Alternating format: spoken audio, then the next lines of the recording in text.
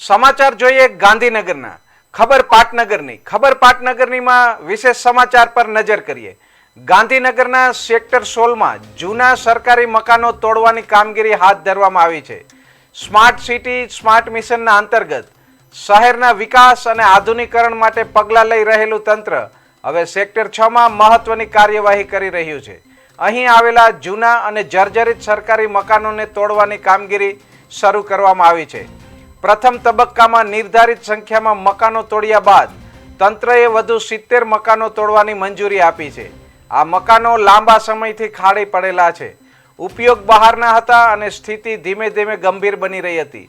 મકાનો તોડ્યા બાદ તંત્ર અહીંની જગ્યા મુક્ત કરીને તેનું નવીન આયોજન કરશે, જેમાં પબ્લિક યુટિલિટી, પાર્કિંગ, હરિત વિસ્તારો કે નવી સુવિધાનું વિકાસ કાર્ય શક્ય બની શકે છે। આ કાર્ય સ્માર્ટ સિટી હેઠળના વિકાસનો એક ભાગ છે। જૂના માળખાને દૂર કરીને વધુ સજ્જ અને આધુનિક વિસ્તાર માટે તૈયારી શરૂ કરી દેવાઈ છે।